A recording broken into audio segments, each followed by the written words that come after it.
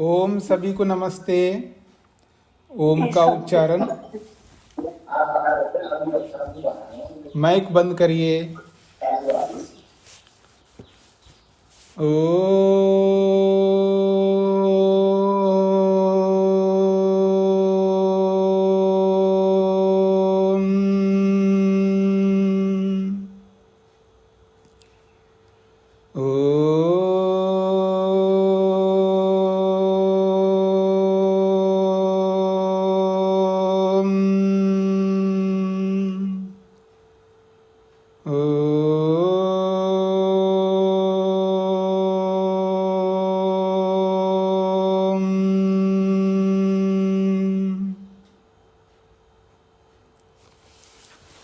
न्याय दर्शन की 244वीं कक्षा, चौथे अध्याय के प्रथम आहनिक के 62वें सूत्र तक हमने विचार किया है। प्रसंग है अपवर्ग का। अपवर्ग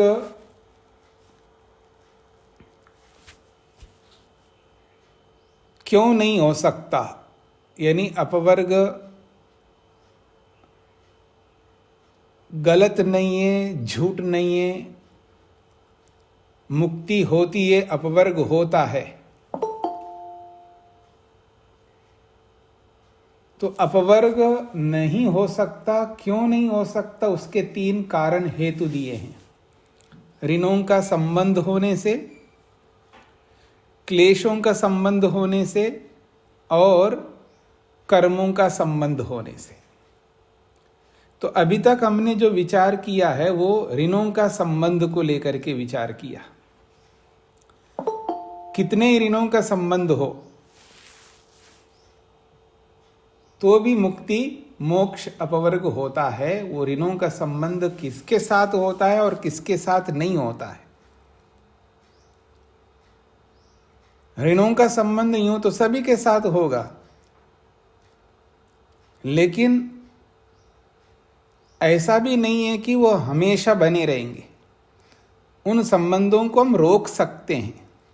गृहस्थ में जाते ही ऋणों का संबंध जुड़ जाता है, इसका ये अर्थ नहीं है कि वो सदा बने रहेंगे। वो संबंध बनता है और संबंध बिगड़ता है, ये याद रखना। आज आपके अच्छे संबंध हो सकते हैं और कल ये अच्छे संबंध नहीं रह सकेंगे। किसी भी अर्थ में आप समझ लीजिएगा,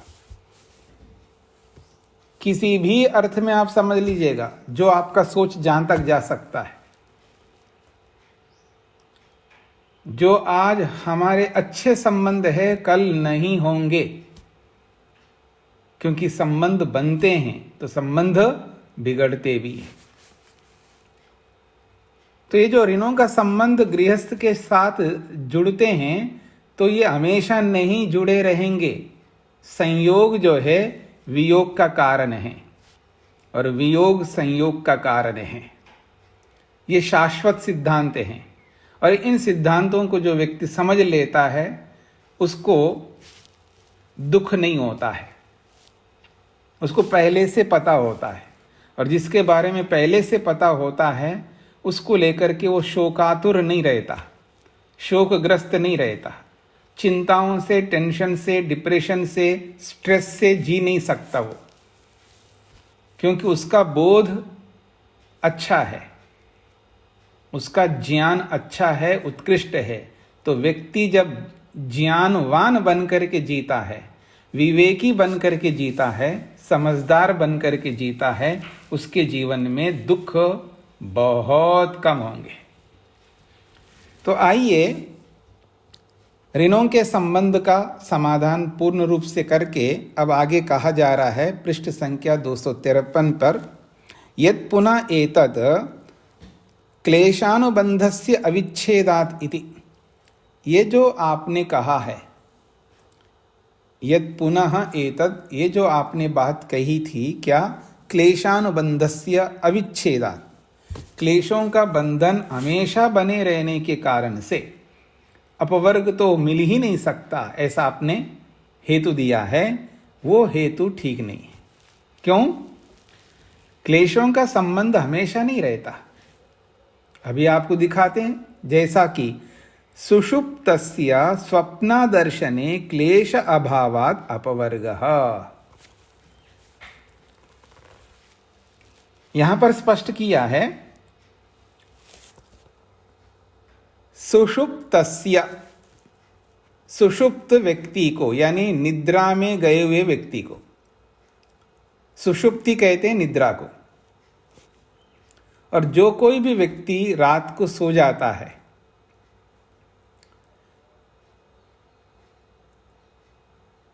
एक बात समझने का प्रयत्न करिएगा।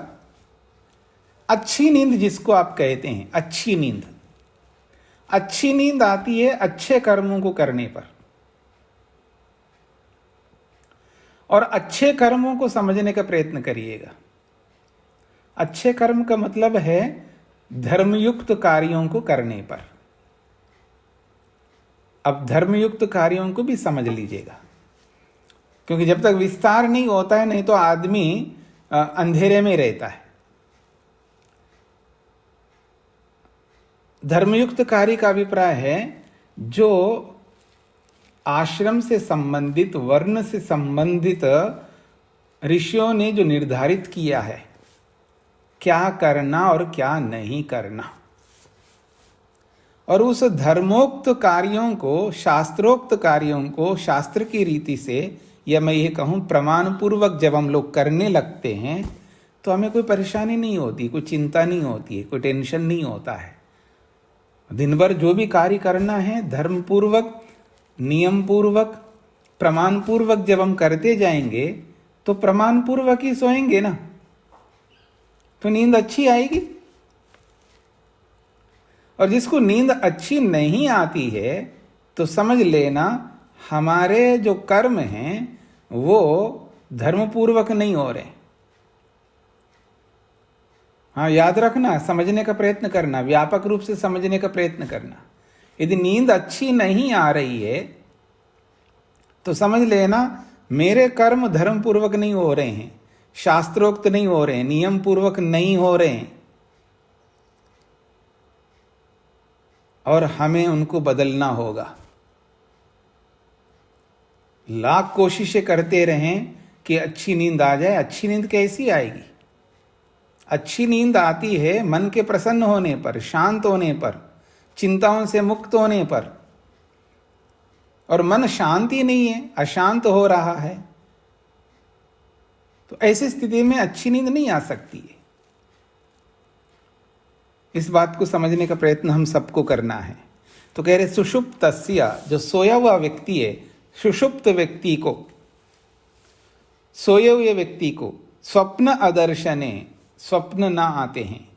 यहाँ स्वप्न से वो स्वप्न नहीं लेना, यहाँ स्वप्न का मतलब है राग द्वेष। स्वप्न अदर्शने, तब वो राग द्वेष नहीं होते उसको। सुषुप्त व्यक्ति को स्वप्न नहीं होते। स्वप्न का मतलब, स्वप्न में क्या होता है जी? वैसे भी आप शाब्दिक अर्थ देखेंगे, स्वप्न में या तो राग होता है या द्वेष होता है। स्वप्न में या तो हम किसी को धमका रहे हैं, किसी को भगा रहे हैं, किसी के पीछे दौड़ रहे हैं, किसी का लूट रहे हैं, किसी का कुछ कर रहे हैं, या चोरी कर रहे हैं, जो भी है, या तो राग से युक्त होकर के कर्म करेंगे या द्वेष से युक्त होकर के कर्म करेंगे। अंततोगत्वा स्वप्न में भी कर्म कर रहे होते हैं हम लोग, भले वो झूठे कर्म हो, और वो राग द्वेष से युक्त होकर के ही वो कर्म होंगे। तो स्वप्न अदर्शने का मतलब है स्वप्न के ना होने पर, अर्थात सुषुप्ति व्यक्ति को स्वप्न न आने पर, अर्थात राग द्वेष नहीं होते हैं। राग द्वेष न होने पर क्लेशाभाव, क्लेशों का अभाव होता है। और क्लेशाभावाद अपवर्ग, क्योंकि अपवर्ग तो क्लेश के अभाव होने पर ही तो होता है। तो आपने कहा कि क्लेशों का अभाव होता ही नहीं है, हमेशा क्लेश बने रहेंगे आदमी के साथ। तो हमेशा क्लेश नहीं बने रहते हैं, इस बात को समझाने के लिए निद्रा का उदाहरण दिया जा रहा है यहां पर।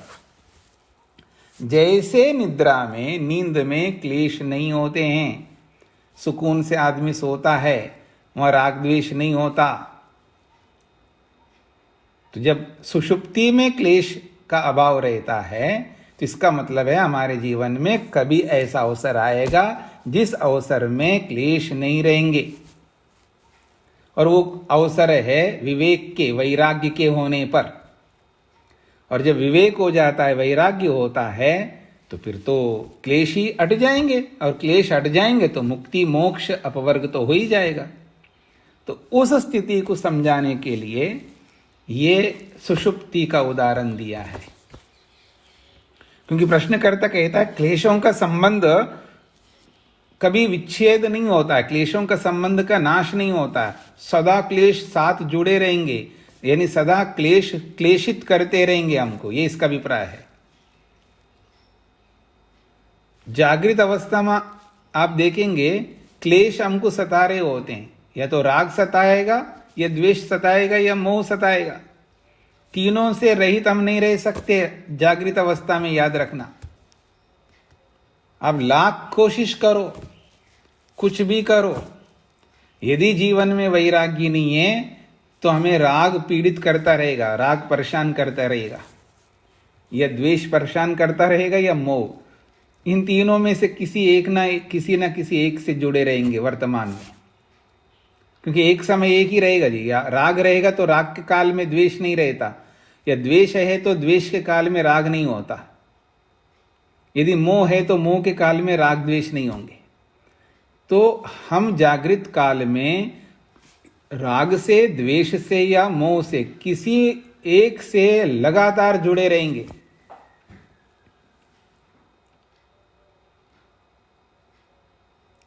तो इस बात को समझने का प्रयत्न करना। और प्रश्नकर्ता का यही कहना है कि ये क्लेश सदा जुड़े रहेंगे, अर्थात इन क्लेशों से सदा युक्त रहेंगे हम।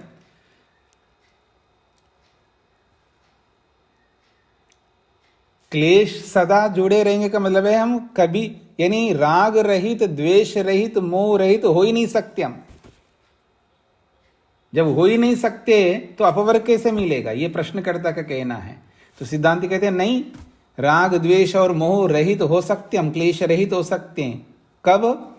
देखो ना, सुषुप्ति, निद्रा में नहीं होते ये। निद्रा में का मतलब है जिसको अच्छी निद्रा आप कहते हैं, वो निद्रा की बात हो रही है यहां पर। तो सुषुप्ति में ये नहीं होते राग द्वेष, इसलिए स्वप्न अदर्शन है। राग द्वेष के ना होने पर क्लेश अभावात, क्लेश के अभाव हो जाता है, तो क्लेशों का अभाव होने से अपवर्ग भी हो सकता है।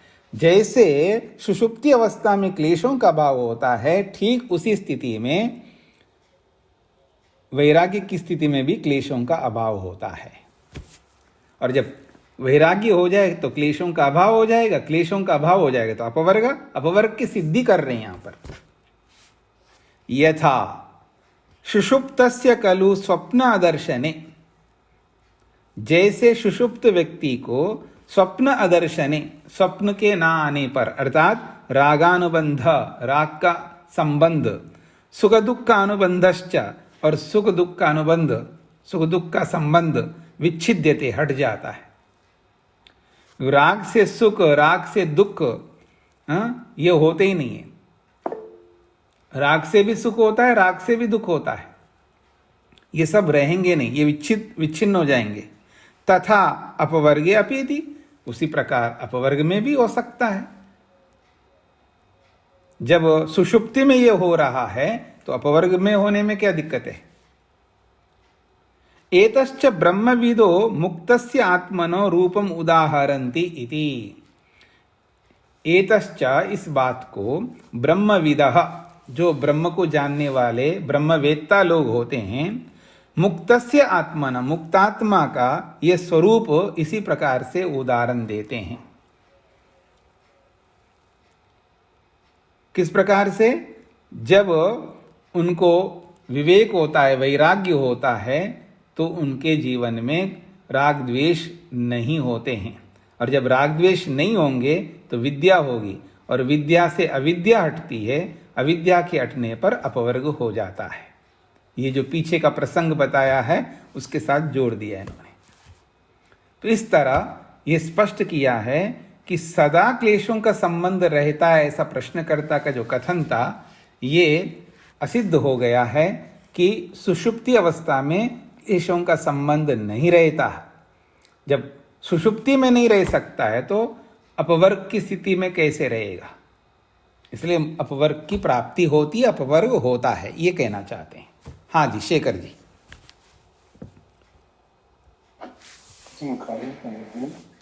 अपना निद्रा में स्वामी जी, जैसे अपने योग दर्शन में कहते हैं कि जब हम निद्रा से उठते हैं तब कहता हूँ मैं सुख से सोया, या मैं दुखी सोया, या मैं गाढ़ निद्रा में, मतलब बिल्कुल मुझे पता नहीं चला। तो वो सत्व रजस तमस की अवस्था के कारण उसको राग द्वेष और मूड अवस्था नहीं कहेंगे स्वामी जी? नहीं, ऐसा होता है। जो उत्तम निद्रा जब आती है तब उसमें वो गाढ़ निद्रा में सोता है, अच्छी नींद में सोता है, तो उसको जो सुख, मेरे को सुखपूर्वक मैं सुख लिया था, सुखपूर्वक सोया था, ये जो बोला जाता है, ये बाह्य सुख नहीं ले रहा होता है। बाह्य सुख तो हम राग द्वेष के कारण से लेते हैं ना, वहां पर बाह्य सुख तो हो ही नहीं रहे हैं। तो वहां मन के अंदर जो सात्विकता है, मन का जो सात्विक सुख है वो ले रहा होता है। वहां राग से ले रहा है, द्वेष से ले रहा है, ये स्थिति नहीं होती। बस वो सुख ले रहा है। वहां पर आत्मा खाली नहीं रह सकता, आत्मा कुछ ना कुछ करेगा। तो वहां पर अब इंद्रियों का संबंध नहीं है, कुछ नहीं है। अब आत्मा तो सोता नहीं है, तो शरीर विश्राम कर रहा है।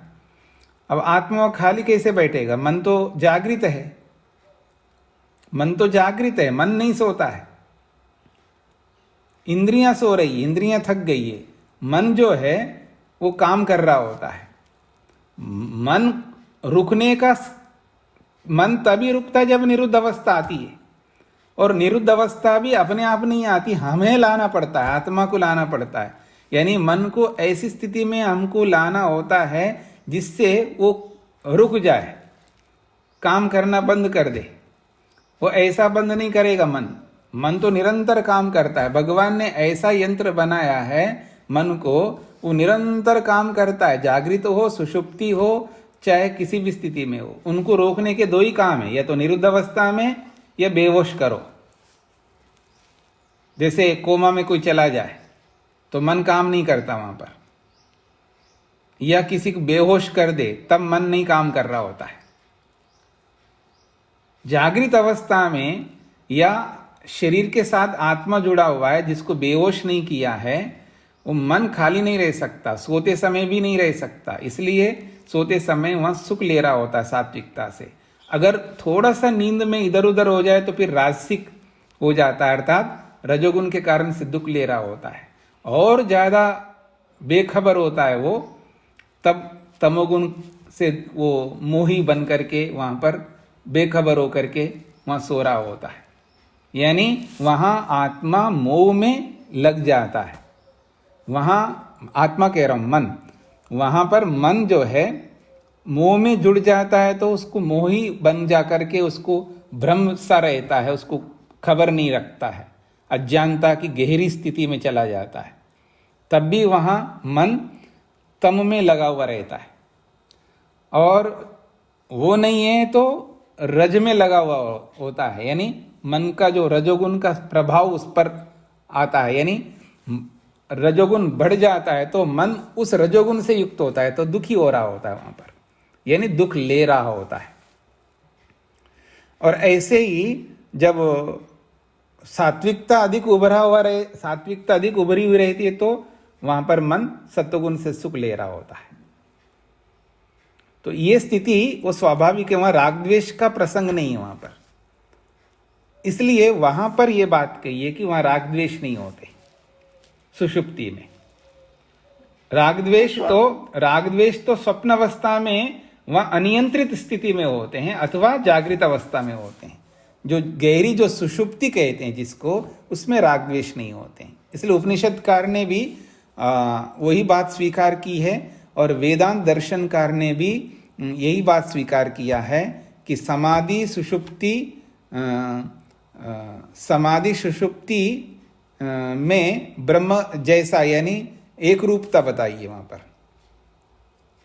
समाधि में भी और सुषुप्ति में एक जैसा आत्मा रहता है वहां पर। हाँ, समाधि, सुषुप्ति और मोक्ष। मोक्षेशु, हाँ, समाधि सुषुप्ति मोक्षेशु एक रूपता ब्रह्म रूपता, वहां पर ऐसी बात कही है कि वहां तीनों एक स्थिति में एक जैसा होते हैं। तो वहां एक उदाहरण सुषुप्ति का इसलिए दिया है कि वहां पर भी आत्मा जो है समस्त क्लेशों से रहित होता है अच्छी नींद में। जी जी स्वामी जी, पता नहीं मतलब अगर हम ये सत्व रजस तमस की प्रधानता के कारण हम निद्रा से जब आते हैं और ये हमें अनुभूति होती है कि मैं सुखी या दुखी या बिल्कुल बेहोश में रहा, तो फिर हमारे क्लेश कहाँ खत्म हुए ये नहीं समझ में आया। तो योग दर्शन वेद भाषा व्यास भाष्य में तो कुछ निद्रा की वृत्ति का ऐसा ही बताया, जो निद्रा वृत्ति की बात करते हैं। देखिए वो वृत्ति तो है, देखिए वृत्ति होते हुए भी राग के यानी राग से वहां सुख ले रहा है ऐसा नहीं है ना। वहां राग के कारण सुख ले रहा है या द्वेष के कारण से दुख ले रहा है या मोह के कारण से वहां पर बेहोश हो रहा है यानी बेखबर हो रहा है, ऐसा नहीं है ना प्रसंग। बात इसको हमें समझना है। जैसे अब मेरे को आप देख रहे हैं, मैं आपको देख रहा हूं, मैं आपको राग से देख सकता हूं क्योंकि मैं जागृत, मेरे को एहसास हो रहा है, और मैं आपको द्वेष से देख सकता हूं क्योंकि मेरे को मैं संज्ञान में हूं, मतलब संवेदनशील हूं, और मैं बिल्कुल मोही बन करके भी आप देख सकता हूं। लेकिन निद्रा में न तो वह राग काम कर रहा है मन के अंदर, न द्वेष काम कर रहा है मन के अंदर, न मोह काम कर रहा है मन के अंदर। वो काम नहीं करते हैं वहां पर, क्योंकि वहां आत्मा उनसे जुड़ा हुआ नहीं रहता है। तो वहां पर केवल हमारा जो पहले की जो प्रवृत्ति रही है हमारी जागृत अवस्था में, माता जी अपना अपना माइक बंद करके रखिएगा। तो जागृत अवस्था में जो हमारी प्रवृत्तियां रहती, जो कर्म हमारे रहते हैं, उन कर्मों के प्रभाव से मन सात्विक बन के रहता है या रासिक बन के रहता है या तामसिक बन के रहता है। तो सुबह से लेकर रात तक जो हमारी प्रवृत्ति होती है, उस प्रवृत्ति के आधार पर मन के अंदर वो स्वरूप उभरा हुआ रहता है, और जब हम सोते हैं वही स्वरूप वहां सोने की अवस्था में रहती है, और उसी स्वरूप से वो सुख या दुख या मोहित होकर के वो उसका ले रहा होता है। वहां राग द्वेष सीधा सीधा कारण नहीं है, ये दिखाना चाहते हैं। राग द्वेष सीधा सीधा जागृत अवस्था में या स्वप्न अवस्था में होते हैं, और जागृत अवस्था में तो हम नियंत्रित होकर के राग द्वेष कर रहे होते हैं, स्वप्न अवस्था में अनियंत्रित होकर के राग द्वेष कर रहे होते हैं। पर जिसको हम सुषुप्ति कहते हैं उसमें राग द्वेष काम नहीं कर रहे होते, ये शास्त्रकार कहना चाहते हैं। और क्योंकि ये हम कोई अंदर जाकर के अपने आप के इन्वेस्टिगेशन करने का सामर्थ्य अभी नहीं है, वो समाधि के बाद में आएगी। और उससे पहले सूत्रकार ऋषि लोग कह रहे हैं तो हमें स्वीकार करने का अलावा और कोई उपाय नहीं है यहाँ पर।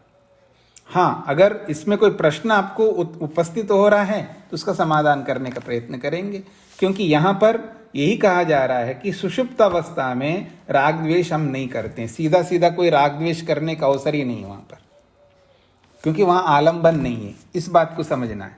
राग द्वेष जो होते हैं वो आलंबनों के कारण से होते हैं। जी स्वामी जी, बट गुण की प्रधानता ही तो राग द्वेष है। कौन से गुण? नहीं ऐसा कोई मतलब सत्व रजस तम की जो जिसकी प्रधानता होगी उसी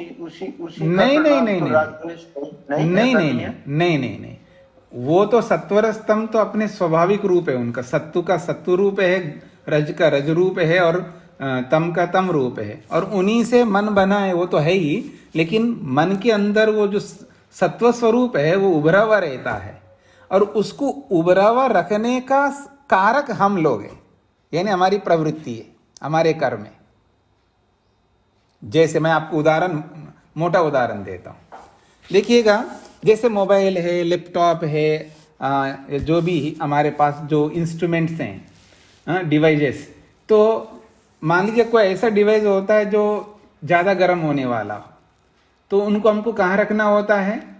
एसी में रखना होता है, यानी स्थान ठंडा होना चाहिए ताकि वो ज़्यादा गर्म ना हो, वो एब्जॉर्ब करता रहे उस गर्मी को, तो बैलेंस रहेगा वहाँ पर। और जो डिवाइस ज़्यादा गर्म हो रहा है और हम ऐसे कमरे में ऐसी जगह पर रह रहे हैं जहाँ पर उस गर्मी को एब्जॉर्ब करने का कोई साधन ही नहीं है वहाँ पर, तो और ज़्यादा गर्म हो जाएगा। स्पष्ट हो रहा है ना?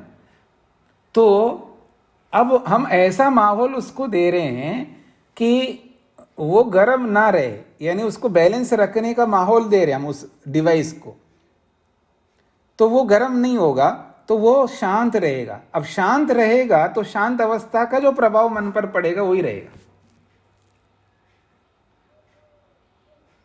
तो वहां पर हम चाह करके उसके स्वरूप को बनाए रखते हैं अपने कर्मों से। तो दिन भर के कर्मों में हमें यह ध्यान रखना होता है कि मैं मन को किस स्वरूप में रखूं, सात्विक बना के रखूं, रासिक बना करके रखूं या तामसिक बना के रखूं। ये मेरी प्रवृत्तियां बताएंगे, मेरे कर्म बताएंगे। हम लाख कोशिश करें कि मैं प्रसन्न रहूं, ऐसे नहीं रह सकता। प्रसन्नता के लिए प्रसन्नता वाले कर्मों को करने होंगे। अनेक बार हम क्या करते हैं, जबरन नहीं जी मैं खुश रहूंगा, अब ऐसे कितने ही दिखाने लगूं, लेकिन प्रवृत्ति अंदर के जो क्लेश मेरे को सता रहे होते हैं। अब मान लीजिए आप क्योंकि जैसे आप सामने है तो वही मेरे दिमाग में आएंगे। सास को देख रही हो बहू, या बहू को देख रही हो सास, ठीक है ना? तो अब आप परिस्थिति देखिएगा, जिनके साथ में जो हमारा जो संबंध है ना, जैसे सांप नेवला जैसा संबंध जिनके साथ भी हो, चाहे वो मित्र भी हो सकते हैं या शत्रु भी हो सकते हैं या जो कोई भी हो सकते हैं, अब उनको देख के मैं कितना प्रसन्न रह सकता हूं। ऊपर ऊपर से अंदर मन मेरा मान नहीं रहा, अंदर की प्रवृत्ति चल रही है, मन का कार्य चल रहा है। और जब तक मैं कर्म में प्रवृत्त रह रहा हूं, मैं कितना ही प्रसन्न होने का प्रयास करूं, नहीं हो सकता। तो उसमें हमें प्रवृत्ति को बदलना होगा। हमारी प्रवृत्ति से मन वैसा बनने लगता है, यानी उसका स्वरूप वही उभरा हुआ रहेगा जब हमारा कर्म ऐसा है, क्योंकि कर्म से मन बदलता है। हमारी जो प्रवृत्ति रूपी कर्म है उससे हमारा मन चेंज होता रहता है। तो मन को कैसे बदल सकते हैं? कर्म बदल देगा। क्योंकि जैसे मैंने अभी बताया ना, कोई डिवाइस ऐसा है वो गर्म होने लग रहा है, तो हम ठंडे स्थान पर उसको लेकर के रखते हैं, तो अपने आप वो एब्जॉर्ब करेगा उस गर्मी को और वो नॉर्मल रखता जाएगा उसको, यानी बैलेंस रखता जाएगा। तो ऐसे ही अपने आप को ऐसा कर्मों में लगाना होगा जिससे अपने आप मन शांत होने लगेगा।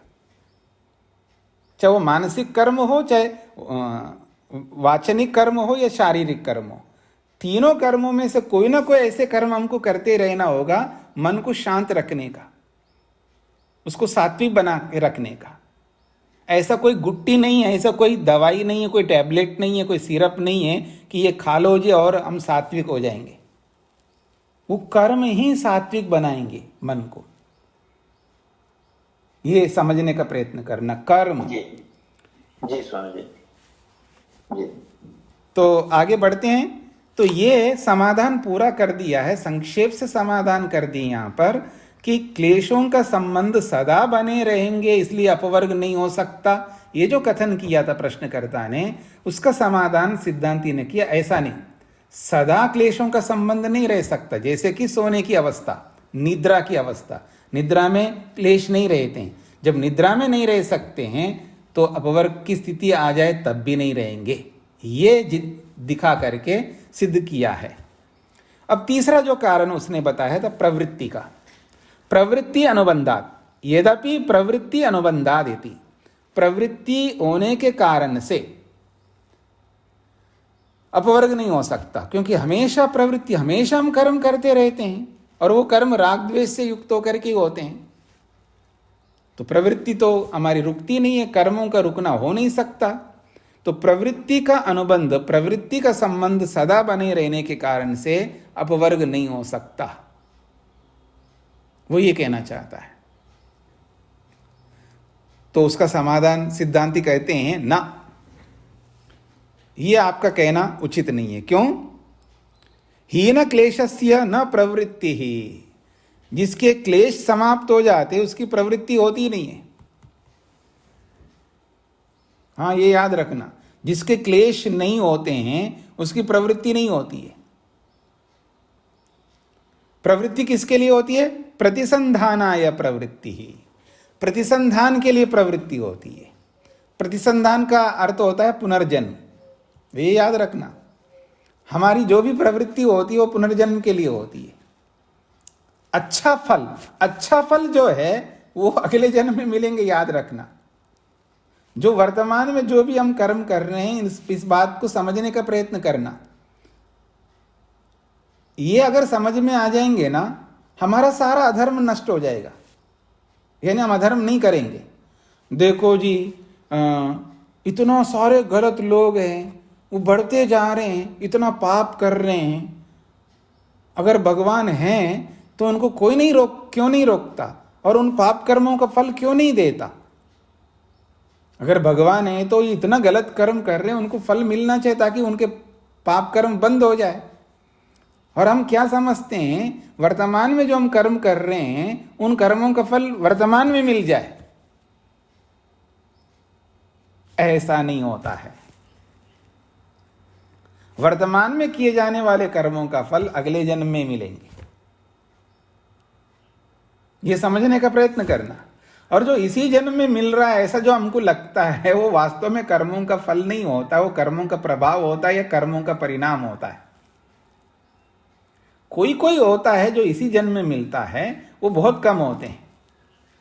इन बातों को समझने का प्रयत्न करना। कर्म सिद्धांत को समझना है हम सब लोगों को। कर्म सिद्धांत को हमको व्यापक रूप से सूक्ष्मता से समझने का प्रयत्न करना है, ऊपर से नहीं जाना है। अब आप लोग न्याय दर्शन के अंतिम छोर पे आए हैं, न्याय पढ़ रहे हैं। आप पढ़ नहीं रहे, पढ़ चुके हैं। मुख्य न्याय तो हो चुका है।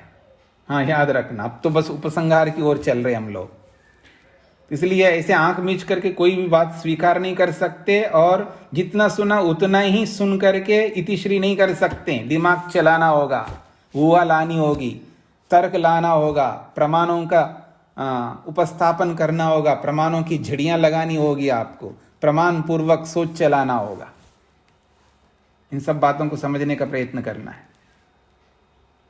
ये जो हम कर्म कर रहे हैं वर्तमान में, ये तो अगले जन्म को देने वाले कर्म है। ये जो आज हम जो भी जिस परिस्थिति में होकर के जो भी सुख दुख ले रहे हैं, ये सब प्रारब्ध को भोग रहे हैं। प्रारब्ध को तो भोग रहे हैं, और वर्तमान के कर्म आगे के लिए हैं। हम जो भी कर्म करते हैं वो आगे अगले जन्म के लिए करते हैं। इस जन्म के लिए कर्म कैसे कर पा सकते? इस जन्म में फल मिलने वाले कर्म है कहाँ? इसलिए भगवान जो है ना, वो उन जो भी आपको लगता है ये बुरे कर्म कर रहे हैं, इनको फल क्यों नहीं दे रहा है भगवान को? कैसे देगा? अब किसी को कुत्ता बनाना हो, ऐसा कर्म ही ऐसा कर रहा हो।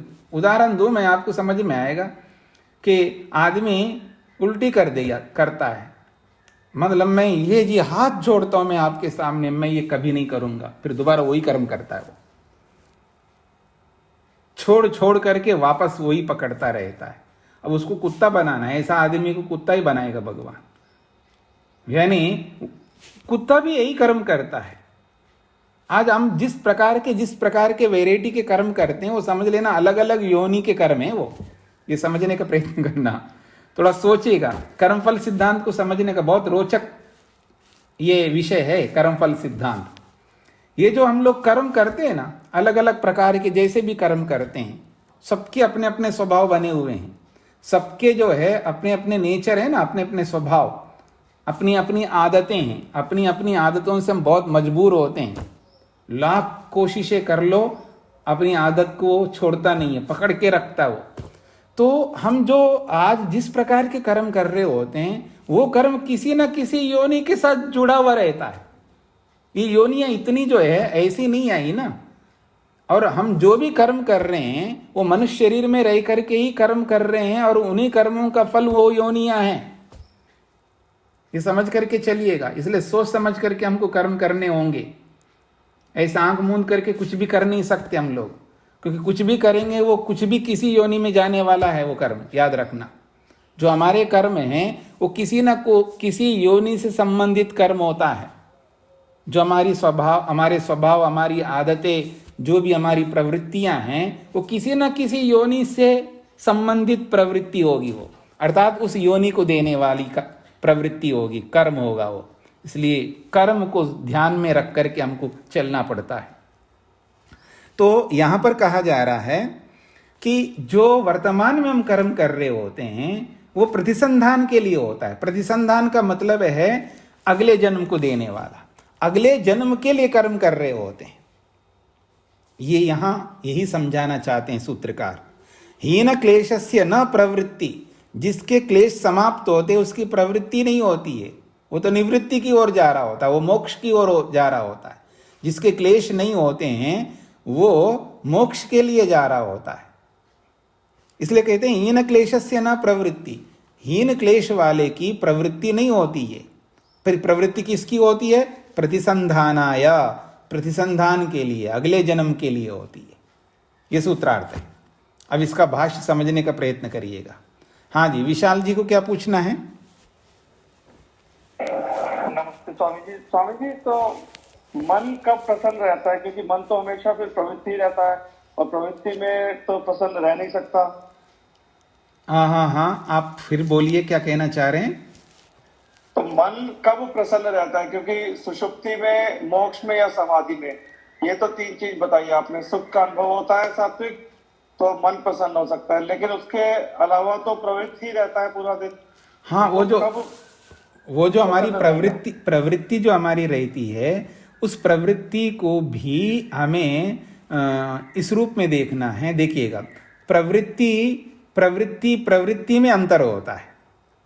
एक प्रवृत्ति होती है सुख के लिए। अब वो जो सुख है एक बिल्कुल साधारण सुख है और एक बहुत विशेष सुख है। तो हमारी जो प्रवृत्ति है, जब साधारण सुख के लिए प्रवृत्ति होती है उसमें वैसी प्रसन्नता दिखेगी नहीं, लेकिन विशेष सुख के लिए जब हम प्रवृत्ति करते हैं तो वहाँ बहुत प्रसन्नता होती है। जैसे वैसे जन्मदिन हम अपना नहीं बनाते, बच्चों का बनाते हैं ज़्यादातर, लेकिन आजकल जब पैसा बढ़ गया, साधन बढ़ गए लोगों के पास में, तो अब सभी लोग जन्मदिन बनाने लग गए धीरे धीरे। ठीक है, और थोड़ा रुक जाओ, अब कोई ऐसा आदमी नहीं मिलेगा जो जन्मदिन नहीं बनाता हो या वर्षगांठ नहीं बनाता हो। हर चीज के लिए कोई ना कोई, क्योंकि पैसा आ रहा है, साधन बढ़ रहे हैं और उनका यूज तो किसी ना किसी रूप में करना ही पड़ता है ना, तो वो कुछ ना कुछ करेगा ही व्यक्ति। तो आप मान लीजिएगा आप बेटी का जन्मदिन बना रहे धूमधाम से, तो आपका मन प्रसन्न नहीं रहेगा ना वहां पर। आप पत्नी का जन्मदिन बना रहे हैं, अमूमन यूं नहीं बनाते लोग, लेकिन अब साधन बढ़ने के कारण से सब कुछ कर सकते हैं आदमी, और पत्नी का भी जन्मदिन बना सकते हैं, पति का भी जन्मदिन बना सकते हैं, सास का भी बना सकती है बहू, या बहू का भी जन्मदिन सास बना सकती है, कोई किसी का भी बना सकते हैं। अब कोई ऐसा अच्छा प्रसंग आता है और अपनी दिल से वो जब वो कर रहे होते हैं तब वो प्रसन्नता होती है। लेकिन वो जो प्रवृत्ति है तो राग के कारण से है, लेकिन राग में भी तो वेराइटी होती है ना, साधारण राग और विशेष राग। और आपको ये भी समझना है कि ये क्लेश भी तो मुक्ति की ओर बढ़ाते हैं हमको एक सीमा तक।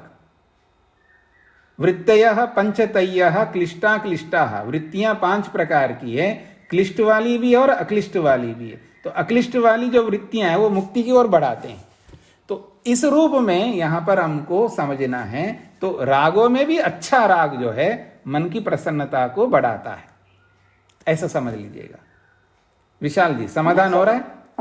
जी स्वामी जी, समझ गए। हाँ जी, सविता जी को क्या पूछना है?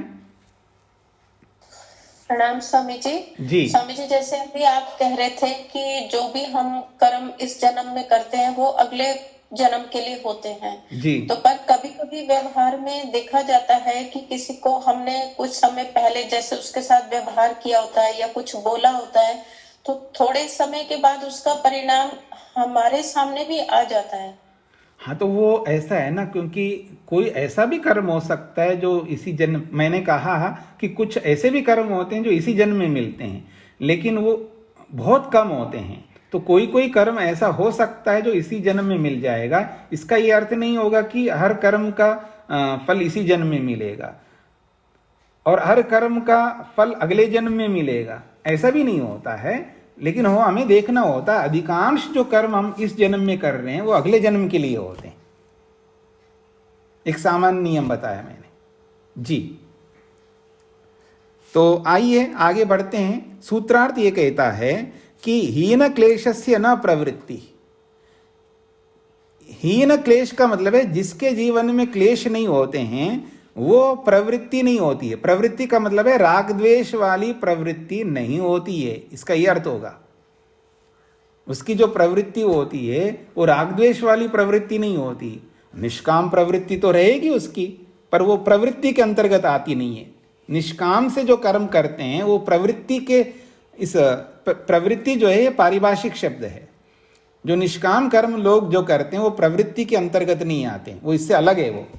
इसलिए यहां बोला जा रहा है जिसके क्लेश समाप्त होते हैं ऐसे समाप्त क्लेश वाले व्यक्ति की प्रवृत्ति नहीं होती है। फिर प्रवृत्ति किसके लिए होती है? तो कहा प्रतिसंधानाया, अगले जन्म के लिए ही प्रवृत्ति होती है। यह सूत्रार्थ हो गया। अब भाष्य को देखिएगा, बहुत महत्वपूर्ण सूत्र है, समझने का प्रयत्न करिएगा। प्रक्षीणेषु रागद्वेष मोहेषु प्रवृत्तिर्न। राग द्वेष मोहेषु प्रक्षीणेषु, राग द्वेष और मोह इन तीनों के प्रक्षीण होने पर, प्रक्षीण कहते हैं नष्ट को, तो राग द्वेष मोह तीनों के नष्ट हो जाने पर प्रवृत्तिर्न, प्रवृत्ति नहीं होती है। फिर प्रवृत्ति होती किसके लिए?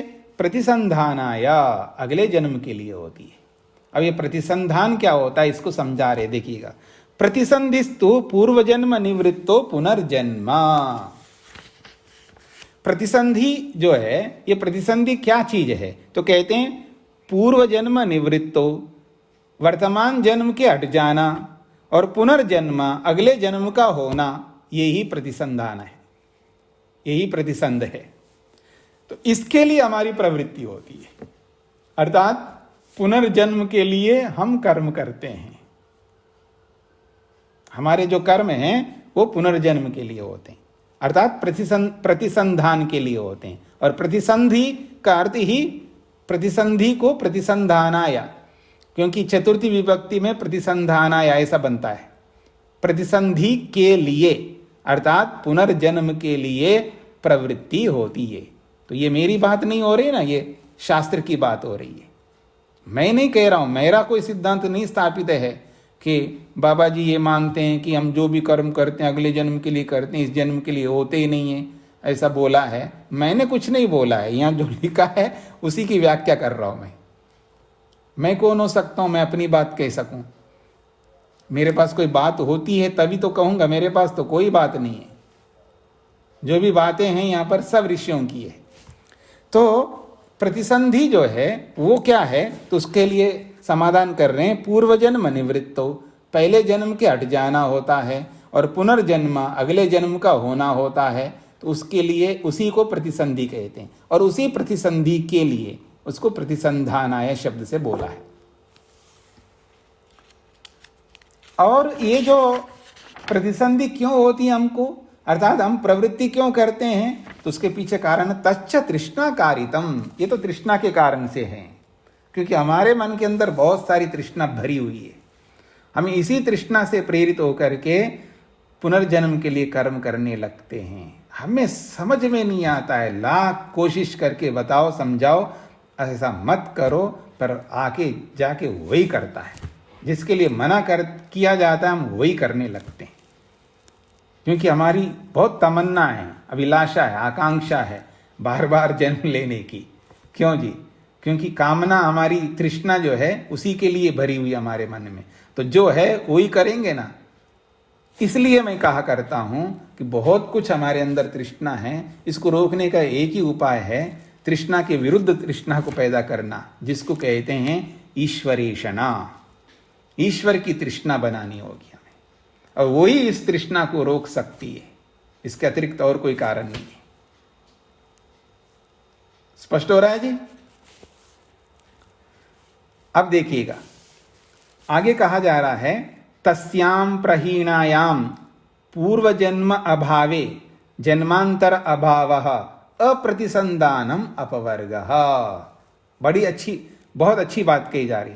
तस्याम प्रहीणायाम, उसके अट जाने पर, उसके नष्ट हो जाने पर। तस्याम ये किसका विशेषण है? प्रवृत्ति का।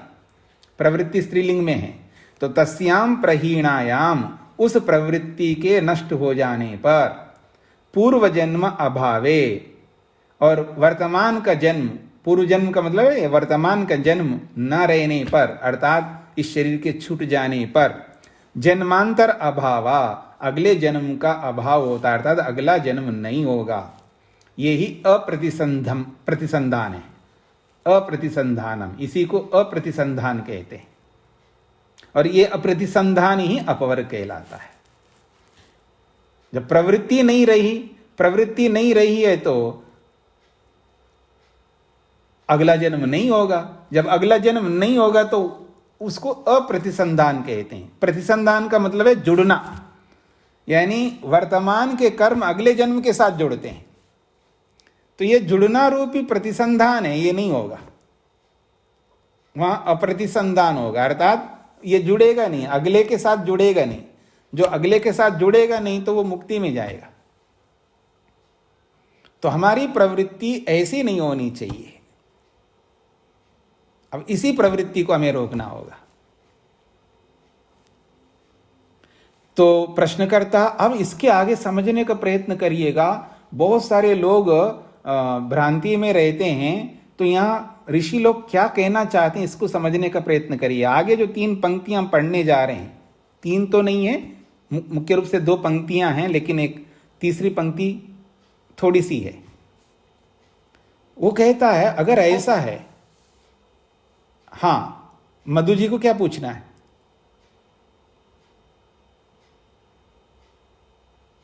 माइक खुला नहीं है। हाँ स्वामी जी नमस्ते। स्वामी जी थोड़ी शंका थी, लेकिन जब दोबारा आपने कहा तो वो स्पष्ट हो गया जी। अब संधान और प्रतिसंधि में मैं कंफ्यूज हुई थी। जी जी जी जी धन्यवाद। अब जब ये कहा जा रहा है कि पूर्व जन्म हट गया, अर्थात वर्तमान जन्म तो हट गया, अगला जन्म नहीं होगा, तो हमने जो कर्म कर लिए इतने सारे, वो कहां जाएंगे जी? उसका फल नहीं मिलेगा क्या? नहीं मिलेगा तो फिर बेकार हो जाएंगे कर्म।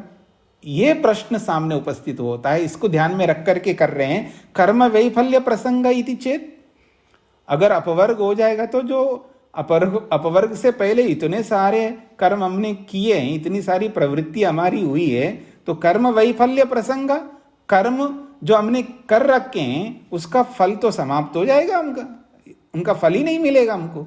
तो कर्म का फल जो है वो वेस्ट हो जाएगा हमारा, अर्थात हमारे कर्म बेकार हो जाएंगे हमने जो किए हैं। तो कर्म विफल होने का प्रसंग आएगा जो हमने पहले कर लिया। यदि ऐसा कहे तो सिद्धांत कहता है ना, यहां से समझने का प्रयत्न करिएगा कि ऋषि क्या कहना चाहते हैं, ध्यान से समझ लीजिएगा। वो कहते हैं ना, कर्म कभी विफल नहीं हो सकते। कर्म विपाक प्रतिसंवेदनस्य अप्रत्याख्यानात्, ऋषि क्या लिखते हैं? कर्म विपाक, कर्म विपाक कहते हैं फल को, कर्मों के फल का, प्रतिसंवेदनस्य का मतलब है अनुभव करने का, कर्म फल के अनुभव करने का, अप्रत्याख्यानात् खंडन न किया गया होने से, कर्मफल का भोग नहीं होगा, कर्मफल का अनुभव नहीं होगा, हमने खंडन ही नहीं किया, अर्थात कर्मफल का संवेदन नहीं होगा, कर्मफल का अनुभव नहीं होगा। जो हमने कर्मों को किया है उसका फल जो है, उन फलों का अनुभव करना ही ना हमको। जो भी हमने कर्म किए उन कर्मों का फल अनुभव करना है। तो अनुभव करने का, कर्मफल का अनुभव करने का हमने खंडन बिल्कुल नहीं किया, ये कह रहे हैं। कर्म विपाक प्रतिसंवेदन कहते हैं अनुभव को।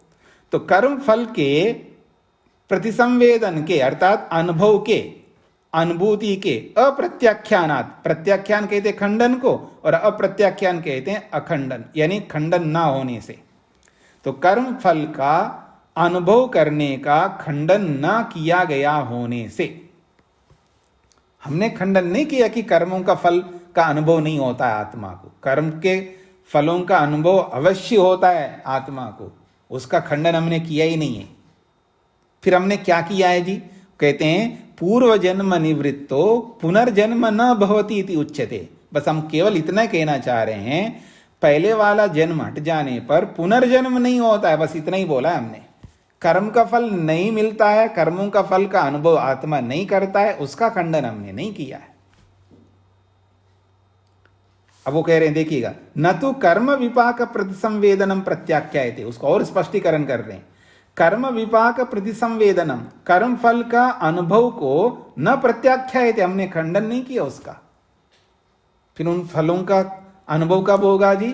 उसको कह रहे हैं, देखिए, सर्वाणि पूर्व कर्माणि ही अंते जन्मनि विपच्यन्ते इति। सर्वाणि पूर्व कर्माणि, पहले किए हुए जो कर्म हैं, अंते जन्मनि, अंतिम जन्म में, विपच्यन्ते, ये फल वाले बनते हैं, इनका विपाक अंतिम जन्म में भोग लेता है व्यक्ति। जो यहां पर कर्मफल, कर्म विफल हो जाएंगे, तो ये कौन से कर्म को लेकर के कहा जा रहा है, इसको समझने का प्रयत्न करना। कर्म विफल होने का मतलब है जो प्रारब्ध कर्म, यूं तो कर्म हमारे तो बहुत बड़े हैं, बहुत हैं। कर्मफल की बात हो जब आती है ना, वो प्रारब्ध कर्मों के ही फल होते हैं, याद रखना। कर्मफल शब्द प्रारब्ध कर्मों के फल को लेकर के बोला जाता है, इस बात पर ध्यान दीजिएगा। प्रारब्ध कर्मों का ही फल भोगना पड़ता है व्यक्ति को। बाकी जो प्रारब्ध नहीं है वो तो पड़े रहेंगे हमारे, उसकी बात ही नहीं हो रही है, प्रारब्ध कर्मों की बात हो रही है। तो कहते हैं सर्वाणि पूर्व कर्माणि का मतलब है जो पहले के जो प्रारब्ध कर्म हैं, अंत्य जन्मनि, अंतिम जन्म में, अर्थात जिस शरीर को छोड़ करके जब मुक्ति में जा रहा है, तो वो जो जिस शरीर को छोड़ करके जा रहा है, उस शरीर में रहते हुए, वो अंतिम शरीर है उसका, जिसको चरमदेह कहते हैं। उस अंतिम शरीर में विपच्यन्ते, वो सब फल वाले बनते हैं, अर्थात उनका फल उस जन्म में भोग लेता है। प्रारब्ध कर्मों को पूरा भोग करके ही मुक्ति होती है, इसलिए तो शरीर नहीं छूट रहा है उसका। योग में प्रश्न किया गया है, इसने तो प्रयोजन को पूरा किया है, जब प्रयोजन को पूरा किया है तो इसको तो मुक्ति में जाना चाहिए, क्यों बैठा है अब यहाँ? तो वहाँ उत्तर दिया है, ये इसलिए बैठा है कि ये जो शरीर है, ये पूर्व जन्म के कर्मों का फल स्वरूप में मिला है, प्रारब्ध कर्मों से मिला है, इसको भोगे बिना कैसे जा सकता है मुक्ति में? नहीं जा सकता है। प्रारब्ध को भोगे बिना काम नहीं चलेगा, प्रारब्ध को अवश्य भोगना पड़ता है। और किसी को प्रारब्ध के रहते हुए मार दे कोई एक्सीडेंट से या किसी से, दोबारा मिलता उसको, कंपनसेशन छोड़ता नहीं भगवान। हाँ, आपके मेरे सबके किए हुए कर्मों का जो प्रारब्ध हमको मिला हुआ है, उस प्रारब्ध को कभी भी माइनस नहीं कर सकता, अर्थात उसको समाप्त नहीं कर सकता परमात्मा। उनका फल तो हमको मिलेगा ही मिलेगा, उनको भोगना ही पड़ेगा। हाँ जी, अल्पना जी। नमस्ते स्वामी जी। जी स्वामी जी, जो ये कर्म बताए हैं, संचित कर्म और प्रारब्ध कर्म, ये दोनों अलग अलग होते हैं। हाँ जी। अब तो स्वामी जी, इसका अर्थ ये हुआ कि जो प्रारब्ध जिनके कारण ये वाला जन्म मिला था, उनका कर्म, उन कर्मों का फल तो भोग लेंगे, लेकिन संचित कर्म अभी भी रह जाएंगे। हाँ, संचित, हाँ जी, हाँ जी, बिल्कुल बिल्कुल। संचित कर्म तो हमेशा रहेंगे, वो अनंत है। अनंत का मतलब है अपेक्षा से बोल रहा हूं, वो अनगिनत है, क्योंकि जन्म जन्मांतरों से हम कर्म करते जा रहे हैं, उन सबका फल तो नहीं मिल सकता, वो तो उसका जब क्रम आएगा तभी मिलेंगे। चाहे वो कुत्ते के हो, गधे के हो, सुअर के हो, मच्छर के हो, मनुष्य के हो, अंधे वाले कर्म हो, चाहे गूंगे वाले कर्म हो, चाहे कैसे भी कर्म हो, वो तो अनगिनत कर्म है, उनकी बात ही नहीं हो रही। प्रारब्ध कर्म, जो प्रारब्ध कर्म है, प्रारब्ध कर्म का मतलब फल देने वाले कर्म, तो जो फल देने वाले कर्म हैं उनके फलों को भोगे बिना हम आगे बढ़ेंगे नहीं, उनको तो भोग ही लेंगे। इसलिए कहा जा रहा है क्योंकि सर्वाणी पूर्व कर्माणी का अर्थ वही लेंगे ना जो हो सकने वाले हैं। सर्वाणी पूर्व कर्माणी का मतलब है इसमें प्रारब्ध और संचित सब लेंगे, ऐसा तो नहीं ले सकते यहाँ पर, क्योंकि उन सब कर्मों का, अगर संचित कर्मों का फल भी अंतिम जन्म में भोगेंगे, कैसे भोग सकता है? वो तो अनगिनत कर्म है, और एक जन्म में उन अनगिनत कर्मों का फल कैसे भोग सकता है? क्योंकि इस वाक्य का अभिधा अर्थ नहीं ले सकते हम लोग। अभिधा अर्थ लेंगे तो अर्थ निकलेगा ही नहीं, क्योंकि अनगिनत कर्मों का फल एक जन्म में कैसे ले सकता है व्यक्ति? तो ये अर्थ तो नहीं कहना चाह रहे हैं। तो फिर इसका आपको लक्षणा में अर्थ लेना होगा कि सर्वाणी पूर्व कर्माणी का मतलब है सर्वाणी प्रारब्ध पूर्व कर्माणी, जो सभी प्रारब्ध जो पूर्व कर्म हैं उन कर्मों को अंते जन्मनि अंतिम जन्म में विपच्यन्ते, वो फल देते हैं, फिर उसके बाद मुक्ति में जाता है। हाँ, यदि किसी कारण से, जैसा कि हम लोग सुनते हैं, क्योंकि हम सब ने देखा नहीं है, जैसा सुना है, इतिहासकारों ने लिखा है महर्षि स्वामी दयानंद सरस्वती के बारे में, कि हम यही समझ सकते हैं कि उनको विष दिया है और विष देने के बाद में वो रह नहीं पाए। अगर वो विष ना देते तो पता नहीं कब तक जीते और क्या करके जाते, तो पहले ही उनको मार दिया, उनके प्रारब्ध को रोक दिया एक प्रकार से। अगर मान के चले वो मुक्ति में चले गए थोड़ी देर के लिए, तो जब मुक्ति से लौटेंगे फिर वो प्रारब्ध जो बचे हुए बाद में भोगेंगे। यदि हम ये कहेंगे तो वो फल मिलेगा नहीं है, तो इससे टकराएंगे ना। सर्वाणि पूर्व कर्माणि अंते जन्मनि विपच्यन्ते, और अंतिम जन्म में तो उनके परिपाक को प्राप्त हुए नहीं, बीच में चले गए, वो 59 साल में चले गए।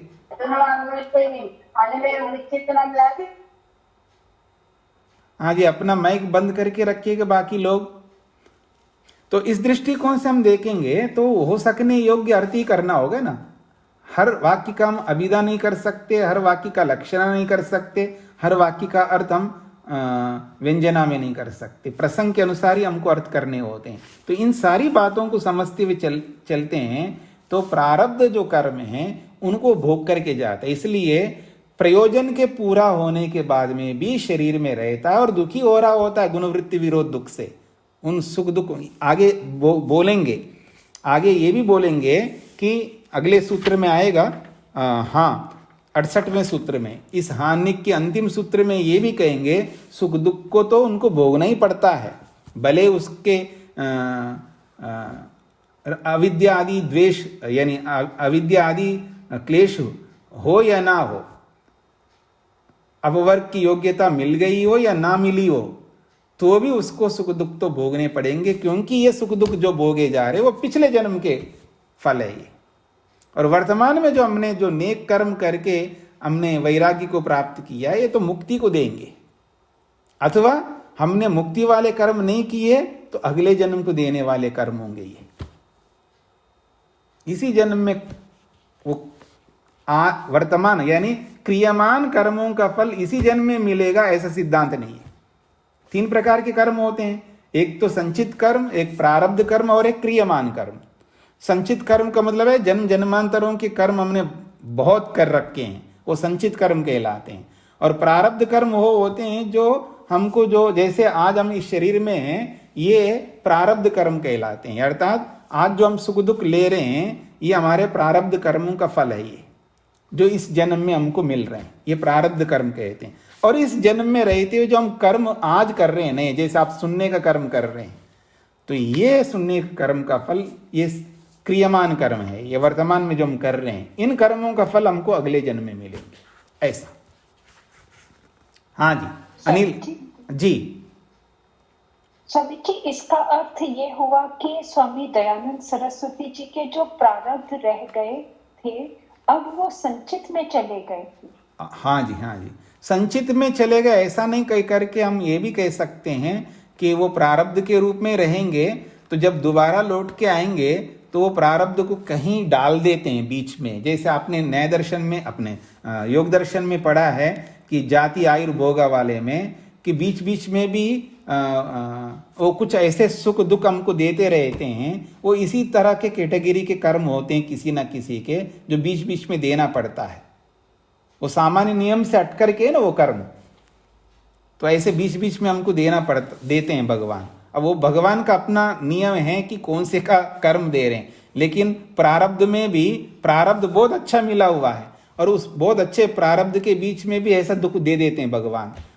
बीच में इसको ज़्यादा मीठा मीठा खा रहा आदमी, इसको थोड़ा कड़वा कर देते हैं, या इसको थोड़ा सा खट्टा कर देते हैं, इसको थोड़ा नमकीन कर देते हैं, तो बहुत ज़्यादा सुख भोग रहा होता है, तो बीच में ऐसा दे देता है भगवान, तो बीच में अचानक धक्का लगता है आदमी को, दुख होता है या जो भी होता है, तो बीच बीच में भी अच्छे फलों के बीच में वो दे देते हैं। ये बहुत बुरे फलों का भोग रहे हैं हम लोग, दुखी दुख दुखी दुख, एक के बाद एक के बाद, बस उसके जीवन में दुखी दुख आ रहे हैं, लेकिन बीच बीच में ऐसा भी सुख दे देता है भगवान, ताकि वो अब कैसे देता है, वो कौन से कर्मों का फल है, वो इसी तरह होते हैं, वो अलग प्रकार के कर्म होते हैं। तो जो प्रारब्ध कर्म रह गए होते हैं किसी का, तो वो बीच बीच में इसी तरह देना पड़ता है उसको, भगवान को। जो दूसरे लोगों के द्वारा हम पर जो अन्याय किया जाता है, जो फल हम भोग रहे होते हैं, और उसको मान लीजिए, उदाहरण देता हूं मैं आपको स्पष्ट हो जाएगा। अब आप में से किसी, अब मैं अल्पना जी को तो नहीं कह सकता उनके कोई पोता पोती है, तो लेकिन जो भी आपके पोते पोती लोग हैं, उनको आप उनके प्रारब्ध के कारण से उनको बहुत बढ़िया आइसक्रीम दिला दिया जी आपने बाजार में से, वो हाथ में पकड़ा है, और धड़ाम से कोई ऐसे बगल से गाड़ी जाती है, कई बार इतनी तेजी से वो नीचे गिर गया। अब उसका क्या हुआ है, उसका आपको पता लग जाएगा, जमीन पे गिर गया है, और गर्मी का मौसम है, तो क्या होगा उसका, नीचे तप रहा है, ऊपर तप रहा है, और नीचे गिरने के बाद में उसका तो यूज कर नहीं सकता व्यक्ति। तो प्रारब्ध में मिला है, आप दे सकते हो, बाकी हर कोई दे नहीं सकता ऐसा। तो अब उसका कंपनसेशन तो दादी दोबारा करेगी नहीं करेगी, बोलो आप, तो करती है ना। जो दादी हो, दादा हो, माँ हो, पिता हो, जो भी हो, जिनका हम परवरिश कर रहे हैं, तो तुरंत हम करते हैं, देरी नहीं करते हैं। पर भगवान भी तो कंपनसेशन करेगा ही ना। जो हमको प्रारब्ध मिला है उसको कोई नष्ट कर दे एक्सीडेंट से या और किसी अलग अपनी स्वतंत्रता से, तो उसकी क्षतिपूर्ति भगवान करता है। तो वो क्षतिपूर्ति उसी समय भी कर सकता है, देर से भी कर सकता है, अगले जन्म में भी कर सकता है। उसकी अपनी विधियां हैं, उसके अपने नियम हैं, उसके अपने कंडीशंस है, उसके हिसाब से करता है। तो ऐसे ही जाति आयुर्भोगा वाले सूत्र के भाष्य में आप देखेंगे तो बीच बीच में ऐसे आकर के मिल जाते हैं। जो बताया गया है वो ऐसे कर्म होते हैं जो इसी प्रकार के होते हैं, इनमें से एक होता है जी। स्पष्ट हो गए जी? हाँ, अब अनिल जी बताइए। समय तो हो गया हमारा बहुत ज्यादा, बोलिएगा जी। सर मैं जानना चाह रहा हूँ कि ये जो कर्म करते हैं, तो कौन सा कर्म प्रारब्ध में जाएगा, कौन सा संचित में जाएगा, ये ईश्वर निर्धारित करते हैं। वर्तमान में जो हम कर्म करते हैं ये कौन सा प्रारब्ध में जाएगा, ये तो जी हम लोग निर्धारित करते हैं। वो कैसे करते हैं? जब मरणासन्न की स्थिति में आते हैं ना हम लोग, तब उस समय एक रील की तरह हमारे सारे कर्म आ जाते हैं उस समय, हाँ, पिक्चर की तरह। और वो जो प्रारब्ध वही तय करते हैं अगले जन्म में हमको क्या मिलने वाला है। वो भी योग दर्शनकार ने स्पष्ट किया है। तो वहां पर हम समझते हैं, बस समाप्ति की ओर है आपका न्याय दर्शन, इसके बाद योग दर्शन समझेंगे तो वहां पर और विचार करेंगे। ठीक है? तेज नारायण जी को क्या पूछना था? जी स्वामी जी, ये समाधि की अवस्था में दग्ध बीज हो जाते हैं कर्म, ये भी तो एक सिद्धांत योग दर्शन में बताया गया है। दग्ध बीज क्या होते हैं? ये बताते हैं कि कर्म है वो समाप्त हो जाते हैं, समाधि की स्थिति में जाकर वो कर्म है वो उनके बीज नष्ट हो जाते हैं, जल जाते हैं, समाप्त हो जाते हैं। हाँ, तो जो समाप्त होते हैं वो कर्म जो है दो प्रकार के होते हैं ना। एक तो फल देने वाले होते हैं और एक क्लेशों को उत्पन्न करने वाले होते हैं। तो जो क्लेशों को उत्पन्न करने वाले जो है वो समाप्त होते हैं, दग्ध बीज होते हैं। जी जी जी स्वामी, धन्यवाद। कुसुम जी को क्या पूछना है? स्वामी जी नमस्ते। जी। जो व्यक्ति आत्महत्या कर लेते हैं तो उनको दुखों से घबरा करके, तो वो अगले जन्म में मनुष्य जन्म मिलेगा उन्हें या पशु जन्म मिलेगा? ये तो जी भगवान ही इसका उत्तर दे पाएगा, पर फिर भी वो एक कर्म है, उसका तो दंड मिलेगा ही मिलेगा उसको, लेकिन वो प्रारब्ध को रोक करके गया है तो उसको एक थपेड़ा दे करके फिर उसको वापस आदमी बनाएगा भगवान, और दुख भी साथ में देगा। जो गलती करता है उसका बड़ा दंड भी मिलता है ना उसको। तो हम भी बच्चे को बहुत गलत कर देता है, पानी का घड़ा नया लाया और हम रखा और बताने के बाद भी तोड़ दिया बच्चे ने, तो समझदार माँ तो उसको ऐसा दंड देती है दोबारा ऐसा कर्म ना कर सके। ठीक है जी। तो ऐसा भगवान भी करते हैं। तो आत्महत्या कर लिया है तो कर लिया, बहुत बड़ा पाप कर लिया उसने, तो उसका दंड तो अवश्य मिलेगा, लेकिन जो प्रारब्ध उसका बहुत ज़्यादा था तो उसका भी देगा, लेकिन उसी जन्म उसको फिर दोबारा आदमी बनाएगा। तो वो उसके क्रियमान जो कर्म थे उसके उस जन्म में जिस तरह का कर्म किए हैं उस पर निर्भर करेगा। इसको थोड़ा समझना होगा आपको। जब मर रहा था उस समय तक उसने जो कर्म किए हैं वो पिटारा खुलेगा, और उन कर्मों में कौन से ऐसे कर्म होंगे जो अगले जन्म को देने वाला है वो निर्धारित करेगा, भले वो प्रारब्ध रहेगा। जी, इसके लिए विस्तार से थोड़ा समझेंगे आप तभी समझ में आएगा। तो इसको यहीं पर विराम देते हैं जी। ओम शांति शांति शांति।